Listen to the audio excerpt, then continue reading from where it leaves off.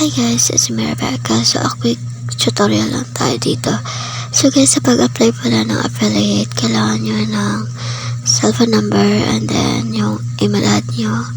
So, and then kailangan nila guys, ibigay mo. Hindi lang natin ilagay masyado yung details, pero yung mga important lang guys, nasabi ko naman. Kailangan na ng cellphone number and email.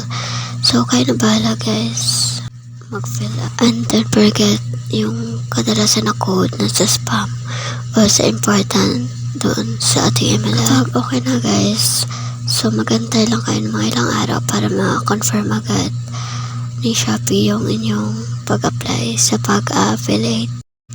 Maghanap lang kayo guys ng mga product ninyo na i-affiliate ninyo, like yung lipstick guys. So i-copy nyo lang siya, pwede din yung Shopee video o yung picture niya. So i-copy na lang siya sa clipboard.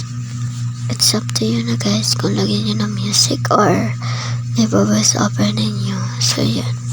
And again guys, kung gusto ninyo sa mga ganitong content, don't forget to like and subscribe nyo na din para lagi kayong updated sa ating upcoming video. Thanks sa panonood. Ingat po kayong lahat.